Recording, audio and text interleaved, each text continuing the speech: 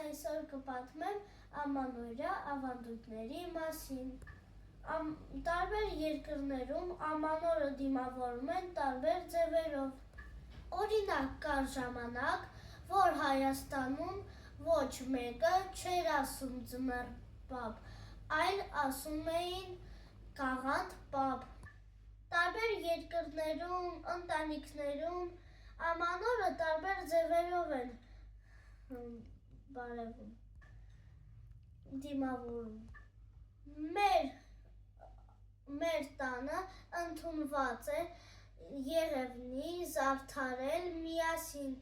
ես և մայրիկս և հայրիկս։ Մեր ընտանիքում մենք ամանորյա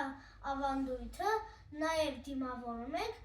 մեր մեծ գերդաստանով։ Մենք նստում ենք սեղանի շուրջ և տարբեր ամանորյա ուտեստներ ենք ուտում։ Իսկ դուք ինչ ամանորյա ավանդույթներ ունեք ձեր ընտանիքում։ Կիսվեք մեկնաբանությունների մեջ։ Հաջող ձեզ։